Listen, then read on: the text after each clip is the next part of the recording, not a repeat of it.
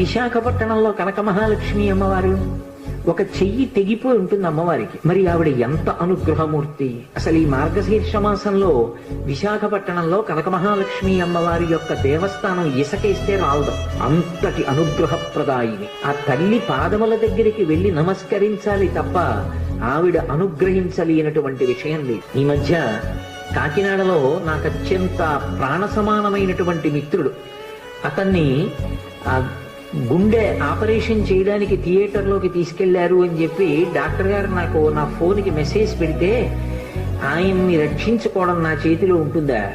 ఆ పరదేవత రక్షించాలి. పసుపు నీళ్లతో కనక మహాలక్ష్మి అమ్మవారికి అభిషేకం చేసే ఆ సమయంలో తిరిగి వచ్చాను, శుభవార్త విన్నాను. ఆ తల్లి గొప్ప అనుగ్రహప్రదాయిని.